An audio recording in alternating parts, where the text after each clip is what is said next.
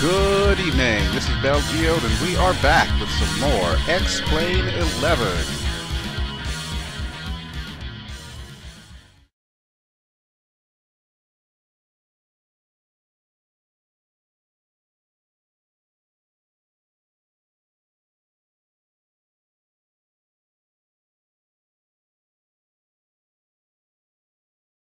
Howdy folks, and we are back with some more Explain 11, and we're back inside the AOA Simulations MV22 Bravo Osprey.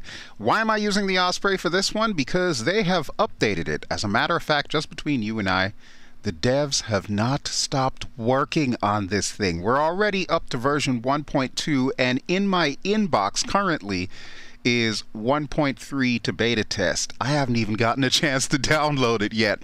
So I figure I'd better hurry up and put the pedal to the metal here and give you an update of version 1.2. If you are a current user of this Osprey, you can go to the .org site, which is linked below, and go ahead and download the updated version. They have a lot of cool things in here, and from my understanding, they're working on some even more cool things for version 1.3. Now, today, we're going to be taking a look at two of my favorite airports. Both of these airports are in the island nation of Jamaica, which, for those of you who are not in the know, that is my home country originally. Yep, that's where I was born. So we are here in Kingston, the capital city of Jamaica, at MKJP, which is Norman Manley International Airport.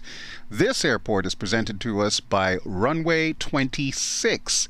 Now, Runway 26 might not sound familiar to you, but they are kind of sort of related to LatinVFR, if you're familiar with them from the ESP platform.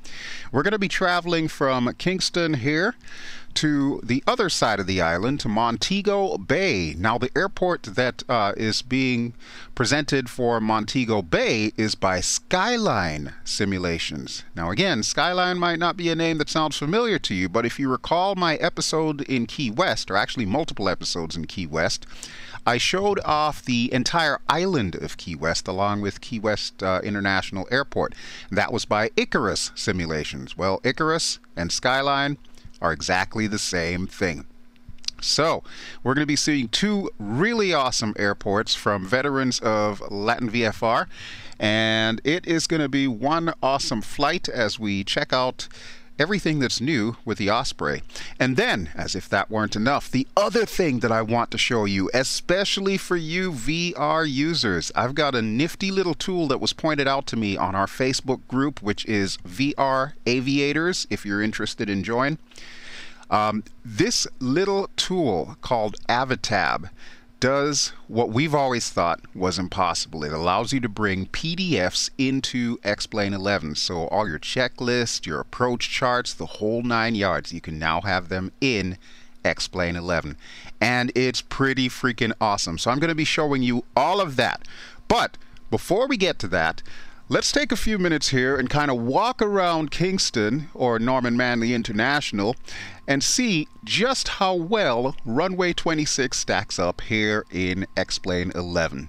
And then we'll do the same thing once we arrive in Montego Bay for Skyline Sims MKJS.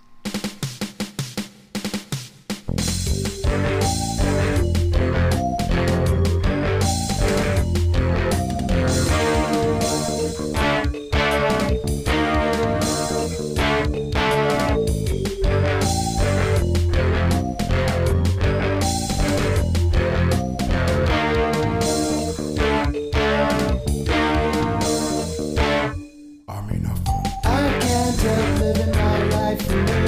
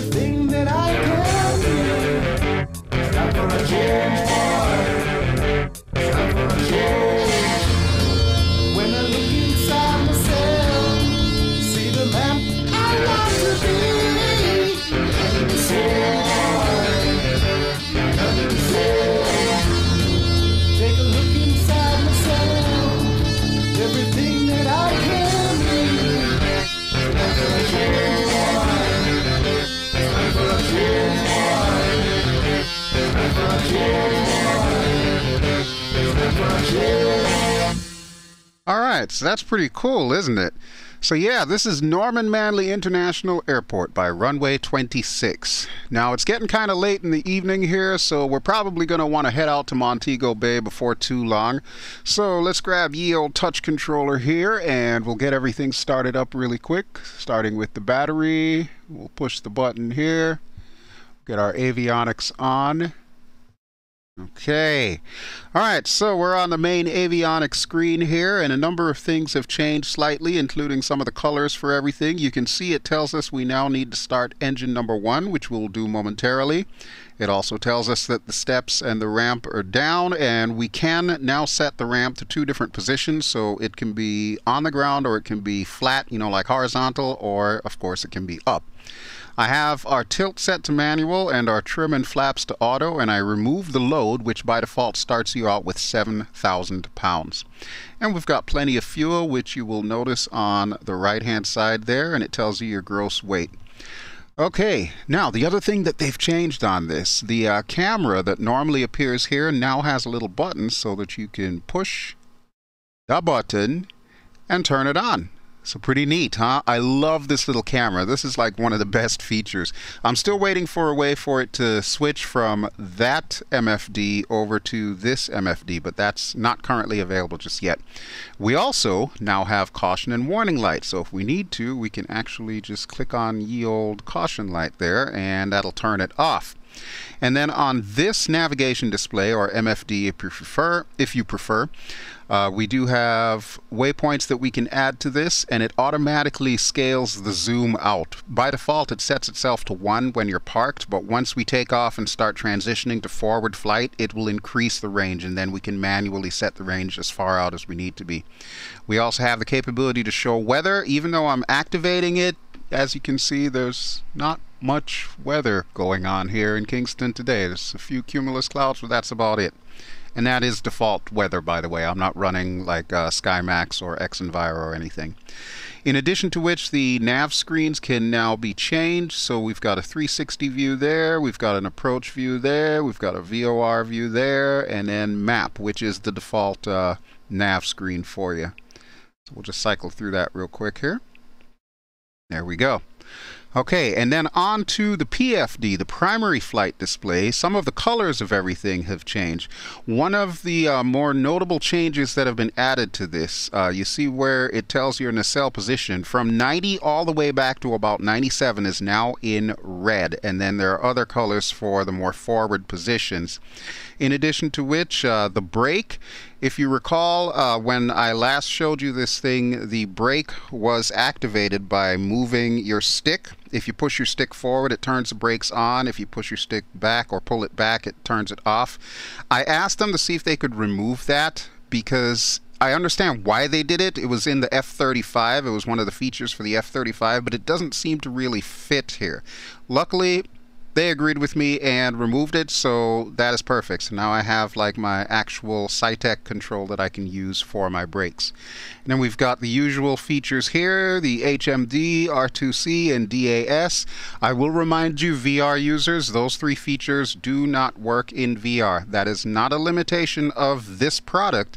That is more a limitation of X-Plane. And until they make some more tweaks to how VR works, then unfortunately we won't be able to use those features just yet.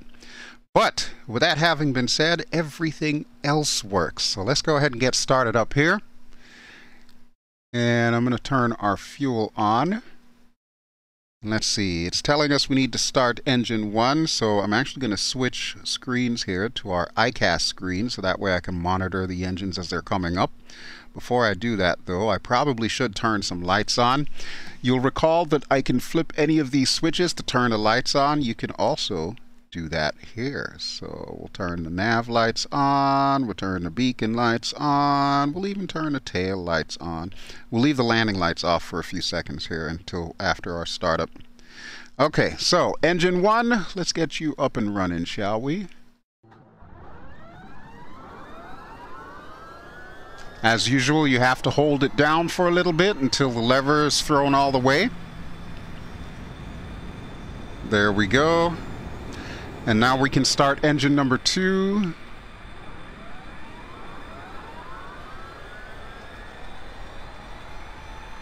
Now, one thing I neglected to do was to turn off the rotor brakes, so we'll fix that really quick before we burn something out. Wouldn't be me if I didn't mess up one thing. Okay, so everything's coming up. The throttle says 6%. This is nice. Oh yeah, this has also changed. It used to show you the engine torque, but now it actually shows you your throttle percentage, which honestly, I think is a little bit better. I would rather have that than anything else. Okay, so let's go back to our main window here. So we still have the doors down and the ramps down, so we'll go ahead and close all of that up. Okay, so our ramp is coming up and the top is closing down.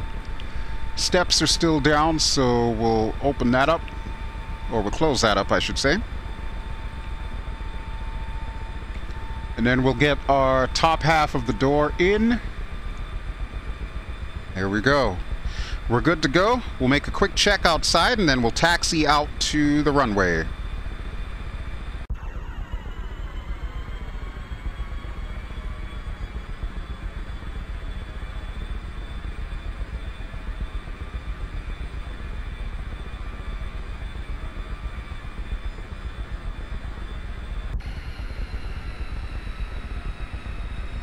Okay, so everything looks good and buttoned up, which is awesome.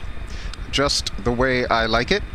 Now, before we taxi out, I wanted to show you Avitab. So, I currently have it bound to one of the buttons on my left touch controller. So, I'm going to hit that real quick and that'll activate it. There we go. And as you can see, it is currently in the center of my vision, attached to the center of my vision. I'm thinking, by the way, that this might be something that the developers of this aircraft may want to pay attention to, because if they can figure out how this is done, this might be the solution to the helmet-mounted display in this aircraft not currently working. But since we really don't want to have Avitab moving around like this, let's go ahead and get it out of the way here. And we're going to anchor it right over there so I can show you a little bit about this thing.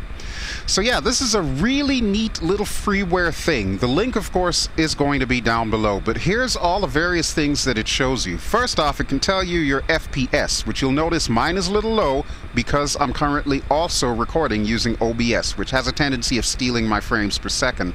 It also gives you your real-world time, and this is the home screen, where, as you can see, you've got charts, airports, routes, maps, plane manual, notes, and about. Now, what does all of that even mean?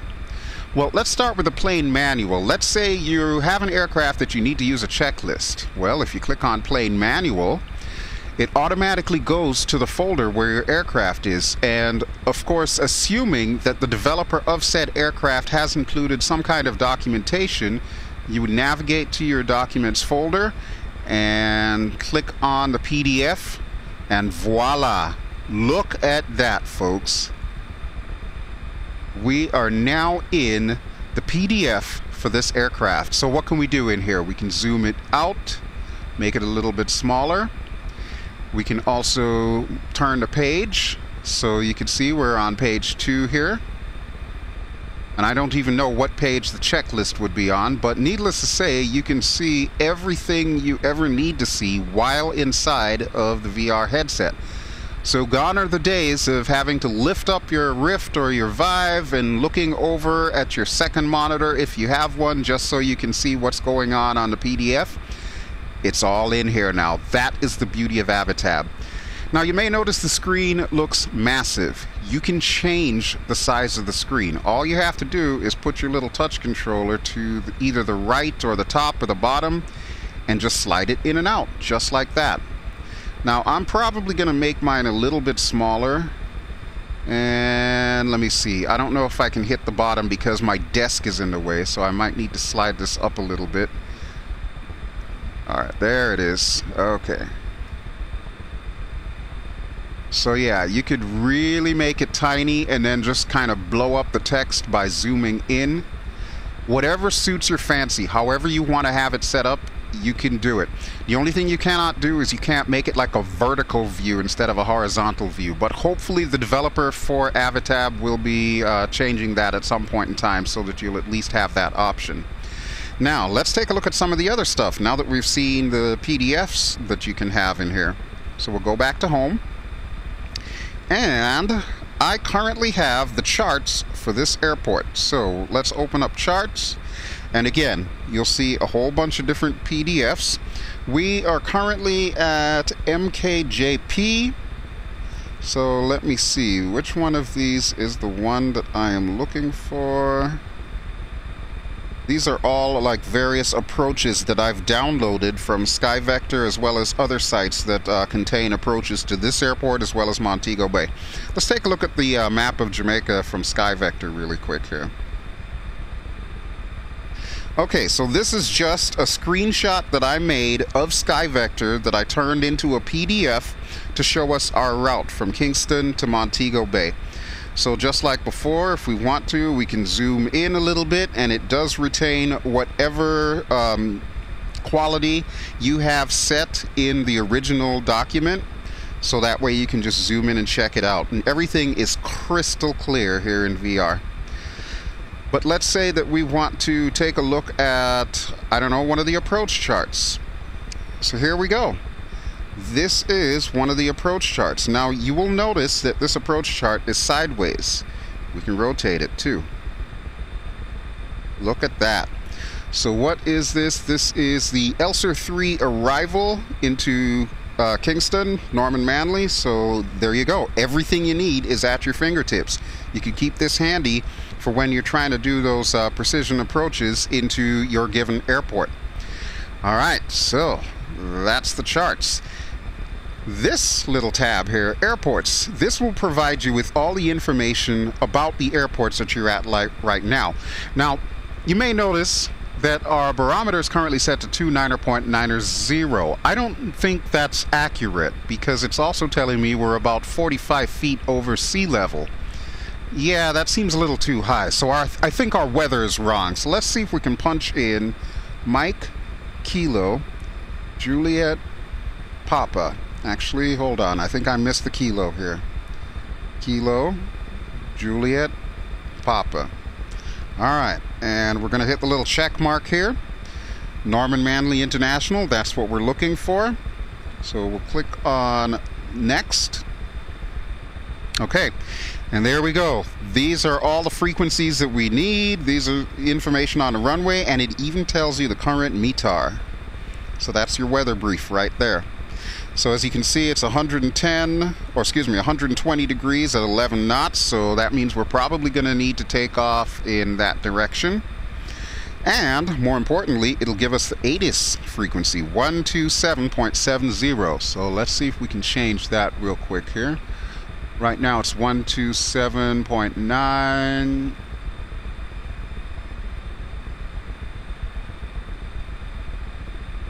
And give me 1 second here. I gotta kind of tap it, and then we'll swap frequencies, and we should hear Betty. Norman Manley Int'l Information Golf. 2100 Zulu weather. Wind 100 at 7, visibility more than 10. Sky conditions 4400 few, temperature 27, dew point 3. Altimeter 2988. 2988. Runway 12, okay. Departing runway 12. Advise on initial contact you have golf. Alright, so we need to set this to 2988, and this thing is still a little bit sensitive, but there we go. 2988, 22 feet above sea level. That is exactly where we need to be. Information golf. Alright, Betty, thanks for your help. Turn her back off. Now we are going to Donald Sangster International Airport in Montego Bay. So let's see if we can pull up the information for that one. MKJS is the ICAO code for that. And we're going to check mark. There it is. Next. There we go. You'll also notice it still has the information for Norman Manley up here, but it also has the information for Donald Sangster. So the frequency for that ATIS is 127.9er, which we can tune and basically just get set up for when we get there, just to make sure that the weather is still the same. So we'll set that up really quick here. There we go, 127.9, and we'll switch that as we get close to Montego Bay. Now, you may have noticed when Betty was giving us the weather that it's slightly different. This is updated for real-world weather, and currently I have the weather fixed, so this is exactly what it is right now in real world. However, that's not replicated in here because of the fact that I have, you know, custom weather, so to speak. Alright, but we have that pretty much set, so we're good to go there. We can close out of that. And then if we wanted to, if we were doing like an ATC route within X-Plane, we can set up our route here and it will give us that route on our map. So let's pull up the map real quick. And there we go. This is all based on OSM data, by the way, folks. So as you can see, it's got a pretty commanding view of Kingston, Portmore, Spanish Town. You can see our little icon. We're over there. There's the runway. And we can also zoom this out.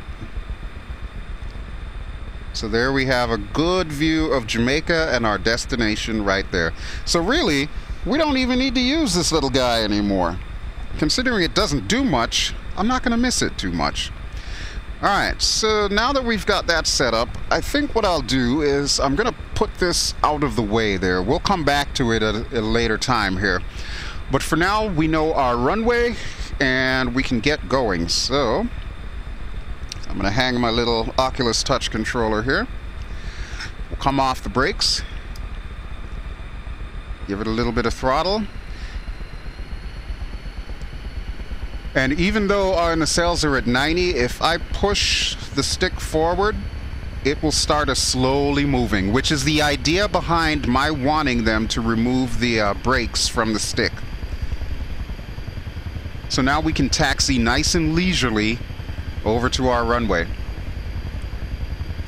This comes in handy in cramped quarters, like say for example if you're on a carrier or something like that. You probably don't want to be taxiing too fast.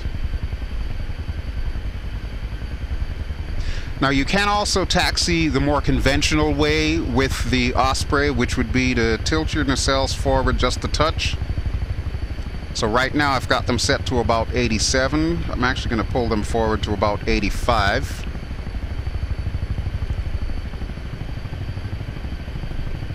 And that way we can keep moving forward. If we need to go backwards, of course, you would put the nacelles back and that will accomplish that purpose. Alright, so it's going to take us a little while to get over to the runway that we need. So what I'll do is the magic of editing here. And we'll be right back once we reach the threshold of the runway.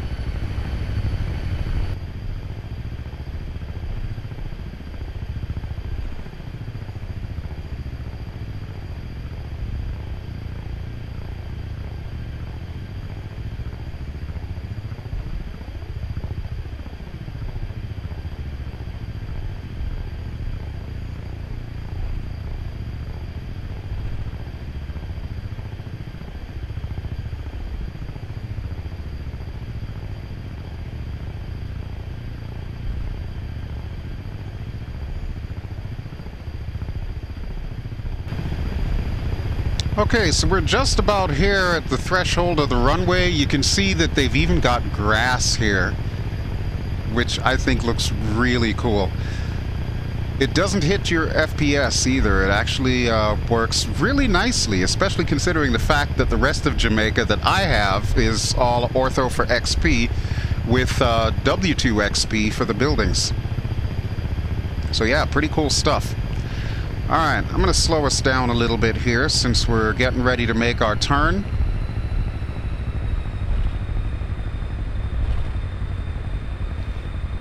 Okay, here's our hold short. So go ahead and hit the brakes. There we go. And we're holding short at the hold short. Alright. Now, let me get our landing lights on. So we want this screen here, and we'll turn on ye old landing lights. You can see the two little L's there that indicate they are currently on. I will remind you there is an FMS in this thing if you need to make any flight plans or anything. Generally, I don't like using it, but that's just my own personal preference. I like to fly by hand with this thing. Alright, so we'll put it back on that for now. And even though we've got this nifty little moving map here, I'm going to actually put it back to the Skyvector map. So there we go. And the reason why I'm doing that is I need to figure out what course we're going to travel in order to get directly to Montego Bay. So what I can then do is zoom that in. And you can see our little compass rose right there, and it actually tells you what heading you need to be on. So it says 304 heading for about 72 nautical miles. That will get us into Montego Bay. Alright, so with that knowledge, I can now put that in our heading bug here.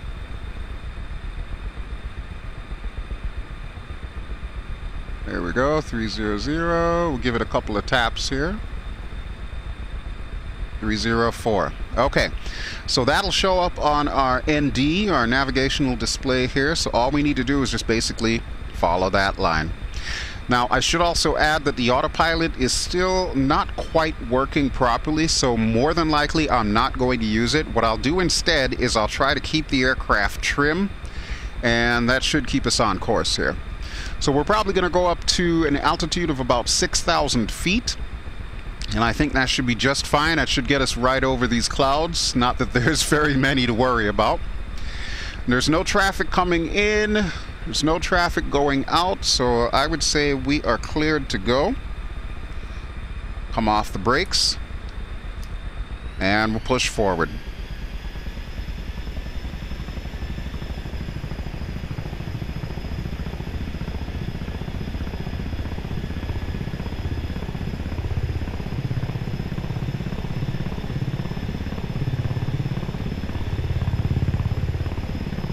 Now this will be a stole takeoff or short takeoff. So what we'll be doing in this instance is setting our nacelles to 60 degrees. And that should give us a very short takeoff roll.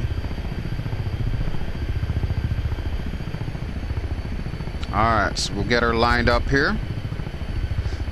Looks pretty good to me. Let's go brakes on. And we'll start sliding those nacelles forward.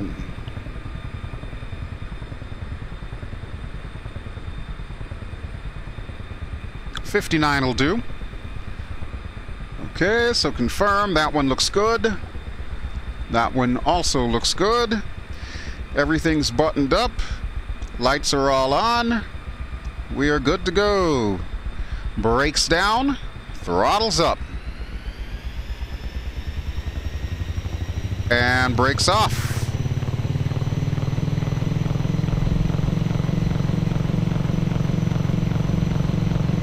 Slight bit of crosswind here. We'll pull back on the stick. And just like that, we're airborne already. So T. Gear up. We're past 30 feet. And we're almost up to 100, which will allow us to push the nacelles forward.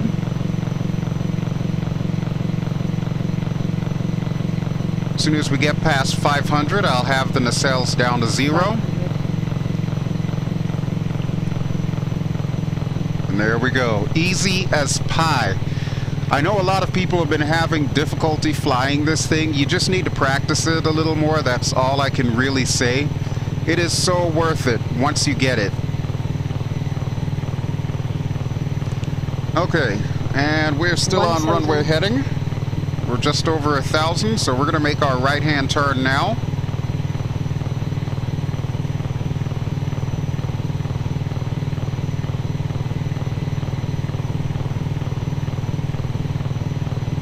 Beautiful. Looks like we're going to get to Montego Bay just in time for sunset.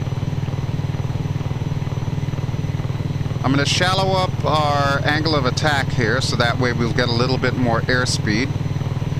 We're currently rising at about 1,000 feet per minute. And there is Norman Manley International. Beautiful airport. First airport I've ever been to in real life. I think I was like 6 or 7. Okay, so here comes our magenta line. So we are going to straighten up in a moment here. right about there. Okay. So say goodbye to Norman Manley International. Our next stop is going to be Montego Bay and Donald Sangster International Airport.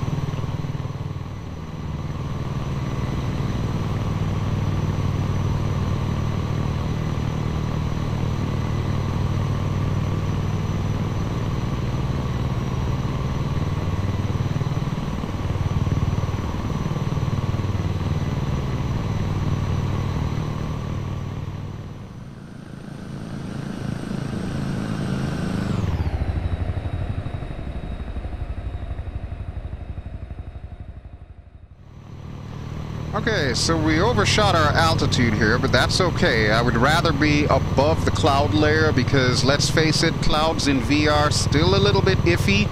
Right now it's not too bad. I'm not getting a huge frame drop, but nonetheless, I kind of want to make sure that I'm far enough away from the clouds that it doesn't impact my FPS too much. If we're ever in doubt, we can always just go over to Avitab and see what it says. Right now it says I'm at about 20 frames per second, so okay. I guess I'll live with that. Alright, so let's take it up to about 8,000 feet. I think that should be sufficiently far enough away from these clouds. And also give us a pretty commanding view of Jamaica. Speaking of which, my orthophotos are not perfect. I still have not yet found an orthophoto source for Jamaica that actually has 0 clouds in there.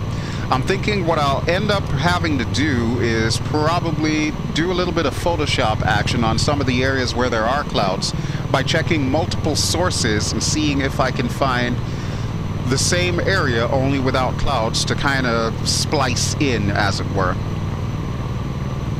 But that's going to be a pretty humongous project on my part, and I am just not prepared to do that right now. I'd much rather spend the time flying and making videos for you all. Okay, now it looks like we're picking up the ILS for Norman Manley. You can see the purple vertical line there, and of course the purple diamond at the bottom. Or I guess that's magenta, not purple. But that'll go away momentarily. We should also be able to pick up the ILS for Montego Bay, for that runway that we're coming in, which should be runway 7, if I remember correctly. Speaking of which, now would probably be a good time to switch our radio frequency, so that way we can pick up the ATIS from Montego Bay. Sangster Int'l information Golf. 2200 Zulu weather. Wind 100 at 7, visibility more than 10. Sky conditions 4400 Q, temperature 27, dew point 3. Altimeter 2988. Arriving runway 07. Departing runway 07. Advise on initial contact, you have Golf. Okay, so information Golf, and it looks like the weather is exactly the same, so we should be fine with that. And let me see if I can get this bird trimmed here. Alright, there we go. Now, even though, since we have Skyvector up on Avitab, it won't actually tell us where we're going. If we wanted to, we still could use the little default X-Pad that X-Plane comes with, and that will actually show us where we are. Unfortunately, one of the limitations of the regular X-Pad is it will not tell you just how much distance you've got left until your next waypoint. And since we really didn't punch in a waypoint per se for this particular flight, it's probably not going to matter too much. Alright, so we're doing the trim tango here. Very light touches what I'm doing.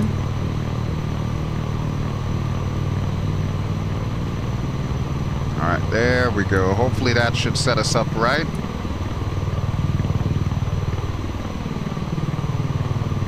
Alright, so we're still gaining altitude a little bit, but that's okay because it'll even itself out in a moment once the air gets a little bit thinner. And it'll probably get us back down to about 8,000. So yeah, there's a good example of the clouds that I was telling you about that are currently polluting my orthophoto scenery. Like I said, it's going to be a project and a half for me to try and get rid of all of those clouds so that I have basically a pristine Jamaica that looks exactly as it does look in real life. That is not a project I'm going to attempt today, however. Alright, since we seem to be relatively trimmed here, let me see if I can bring Avitab back over. We're just going to sit it in my lap for now. We'll go to the moving map first. And as you can see, we are smack dab in the center of Jamaica over the parish of Clarendon. In case you were curious as to where I come from, see this little area right here? This is the parish of Manchester, and smack dab in the middle of it is the town of Mandeville. That's where I was born.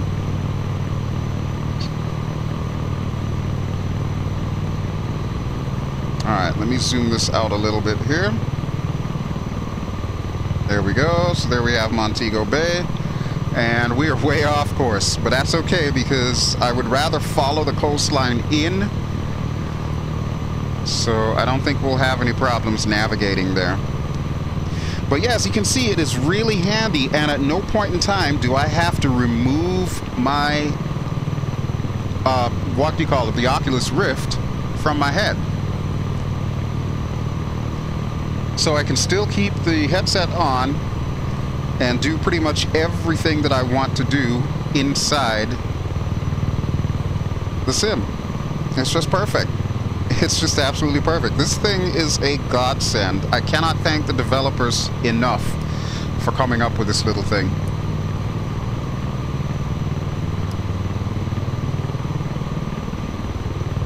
Alright, now let's take a look at our approach chart really quick here. I'm not sure exactly which approach we're going to want to use, but we have the charts for all of them. Alright, let's go, let's see, I think I need to go back.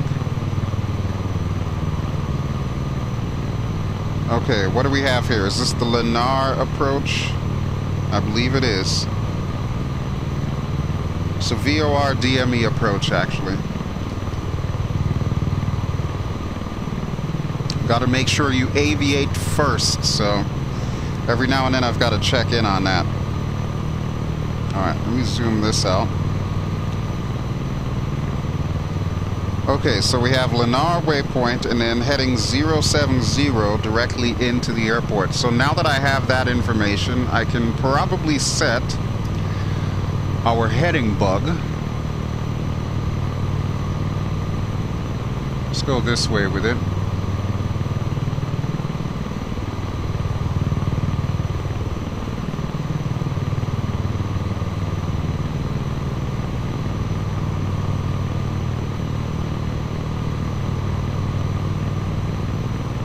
And yes, I'm aware that we are turning.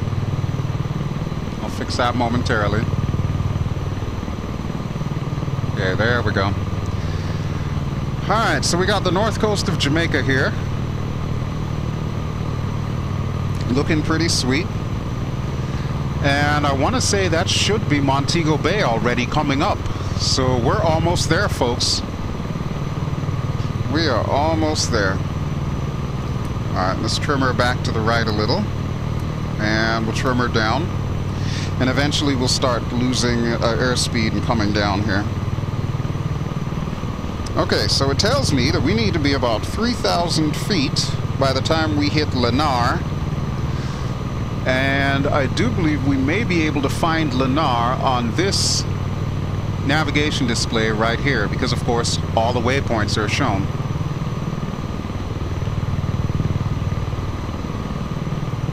Okay, according to that, we're going to have to go past the airport first. So I'm going to come down here.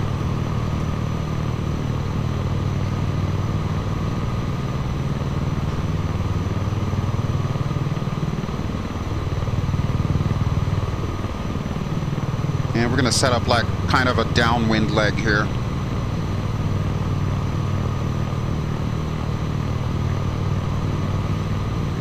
There we go. And that is the beautiful cockpit country. So named because of all the little undulations that you're seeing, the little tiny hills and valleys there. That's considered quote-unquote cockpits, so they call that a cockpit country. Beautiful area. And there's a little bit more of it right there. You can see some towns and villages nestled in between. It's just a natural geological formation that is one of the unique things about Jamaica. Okay, but as soon as we pass over this cloud here, we should be able to see Montego Bay and our approach area. Matter of fact, let's go to the outside view since it's going to be a bit more cinematic.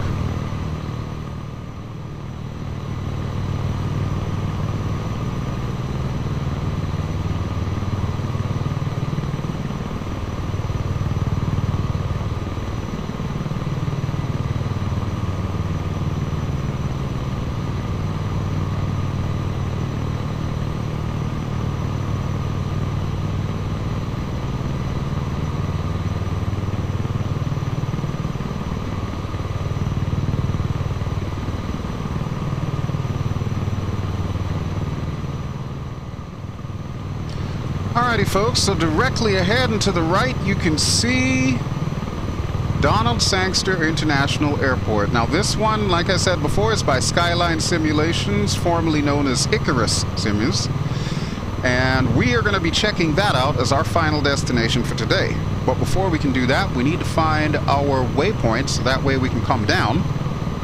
And I'm actually going to get us down here in a moment, so we'll pull the power back. Let the nose naturally fall.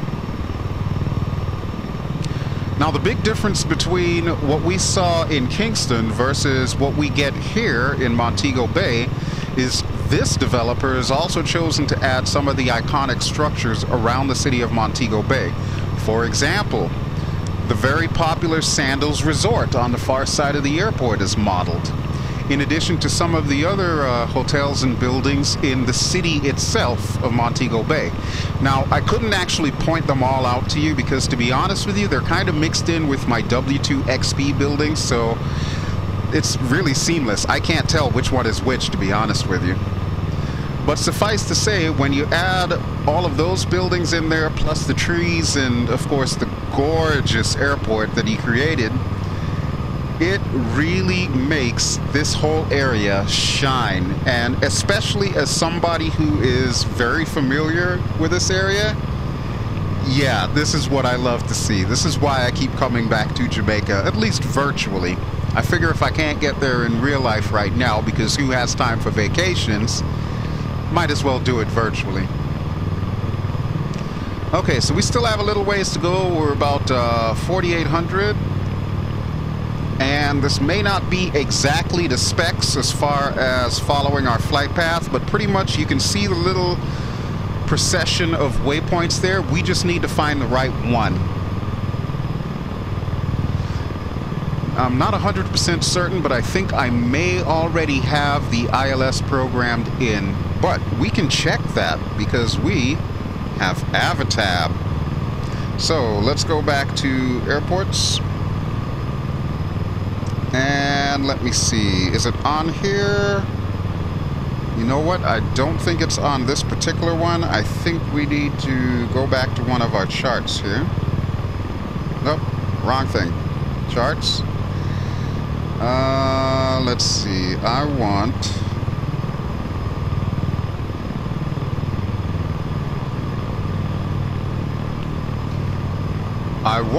to watch where I'm flying, first of all.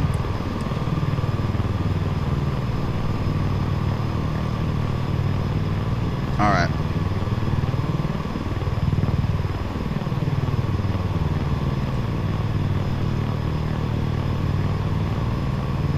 Okay, let's find it this way.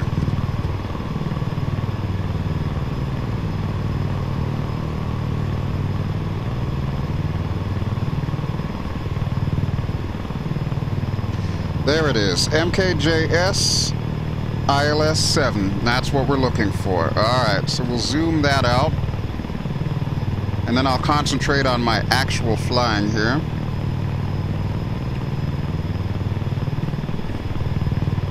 Okay, let's see. Do we have our waypoints up ahead? Yes, we do. Alright, so we'll turn around here. We'll start dropping that power.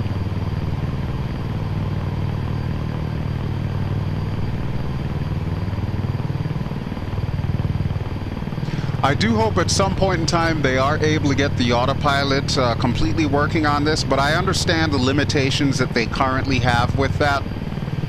And that's actually more of an X-Plane thing rather than AOA Simulations thing. So unfortunately, there's not much we can do about that right now.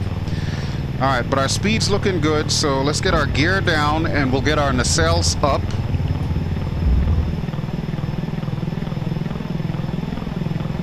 So once again, we're going to put it eventually up to 60 degrees.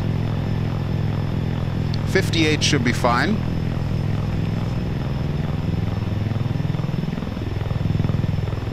And we'll start bringing her in. First, we need to line ourselves up.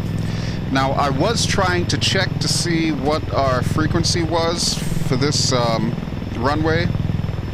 Looks like it's 127. Nope, 127.9 is the ATIS. 115.7. Okay, so that actually is the correct frequency. So you can see it right up there.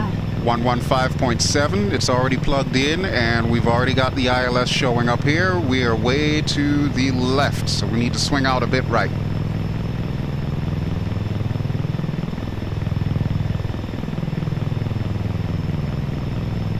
We're going to keep our altitude right around here, because I believe the approach altitude for this is, what, 3,000?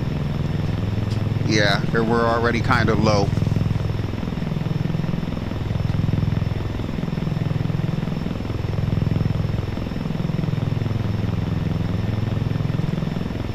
So there it is, folks, the beautiful city of Montego Bay, second largest city in Jamaica. Very popular port of call for many tourists coming in. Usually tourists will end up coming here as opposed to Kingston. Honestly, that's not really a bad thing. I'm not saying Kingston's ghetto, I'm just saying it might not be your first stop as a tourist. No offense to anyone who lives in Kingston. I've been there many a time.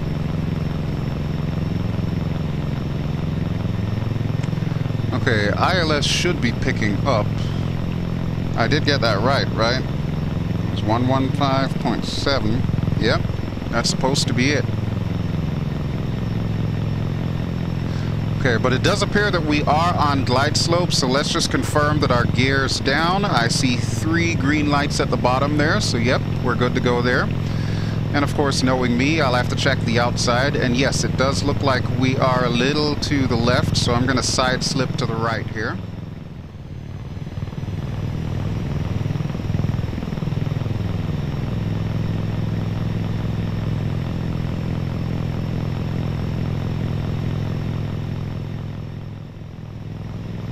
Okay, there we go. Now we look like we're lined up properly.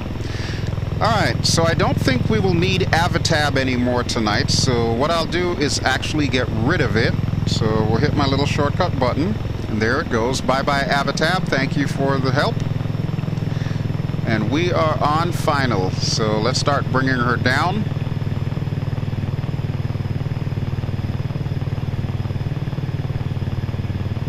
I'm thinking I might be missing something as far as getting the ILS to work, because it should be lining up properly. Yeah, because if I put that there, that's gone. But now it seems to be off-center, but that's alright. We're a little high up right now, so I'm going to drop our power. 1,000. There we go. Thank you, Betty.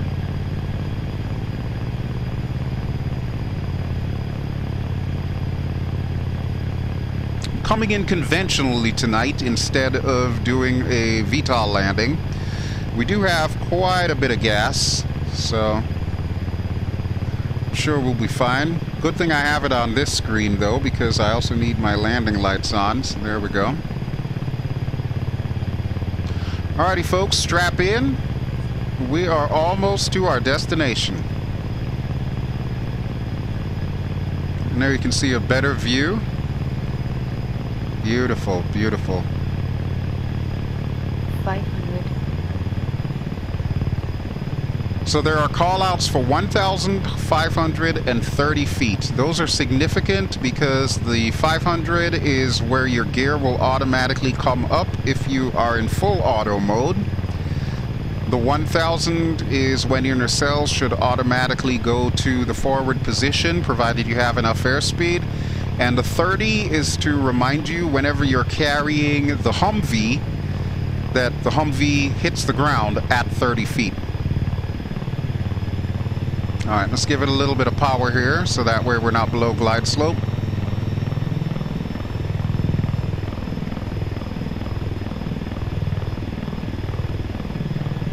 And there it is.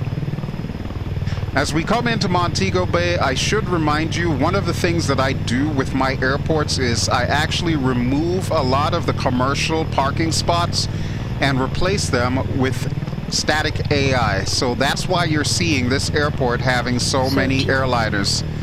It's not because I've got a lot of AI traffic going or anything. I've deliberately done that with my airports. Okay, and we're down. That was a little bit rougher for me, but hey, we're down. So I'm not going to complain too much. And there we have a little look at the airport. We'll take a more extended look when the closing credits are going, but as you can see, this airport looks really cool. Now, I should also mention one of the things about Skyline's airport, they've already updated it. So there is a second iteration of this airport currently available. I do not yet have it because I was having some problems downloading from their website. So hopefully that'll be fixed momentarily. And then I should be able to update this airport as well and also remove the parking spots so that I can add AI airliner. And you can see the Sandals Resort over there.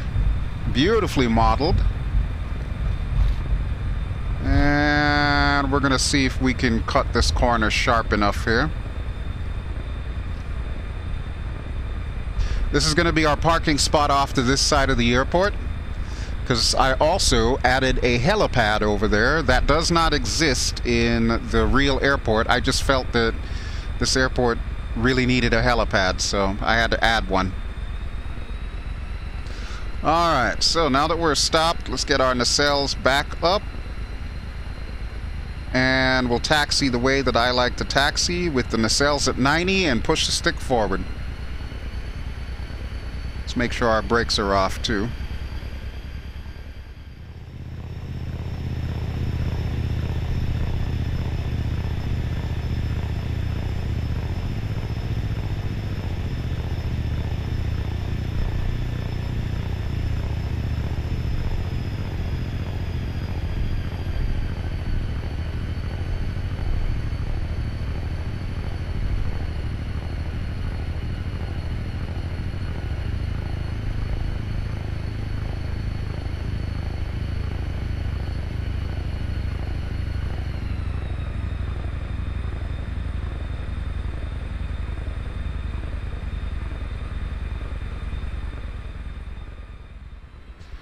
Alrighty folks, and welcome to Montego Bay, Jamaica. So just to remind you, what you've been seeing tonight, you saw two airports in the same country by two different developers. So we are currently parked at Skyline Simulations, formerly Icarus Sims, Montego Bay, Donald Sangster International Airport.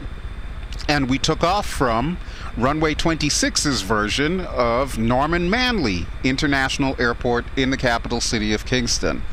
Our chariot, of course, has been the AOA Simulations MV-22 Bravo Osprey, the beautiful Osprey, which they just keep adding more stuff to, which is amazing. I love when devs do that.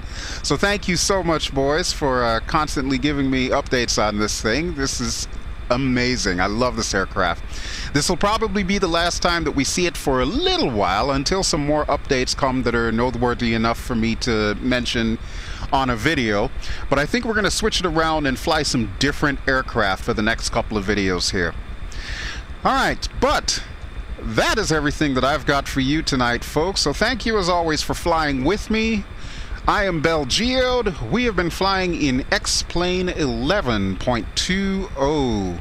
And even though I'm still on the open beta version, 11.20 is now officially live. So if you have VR and you've always wanted to use X-Plane, now's the time to get it. Alrighty folks, don't forget to subscribe, don't forget to like if you've enjoyed this video, and I will be back sometime in the near future with some more X-Plane goodness. For now, I will tell you all ciao, and I'm going to show you some parting shots of Donald Sangster International Airport. Have a great evening, everyone. Ciao!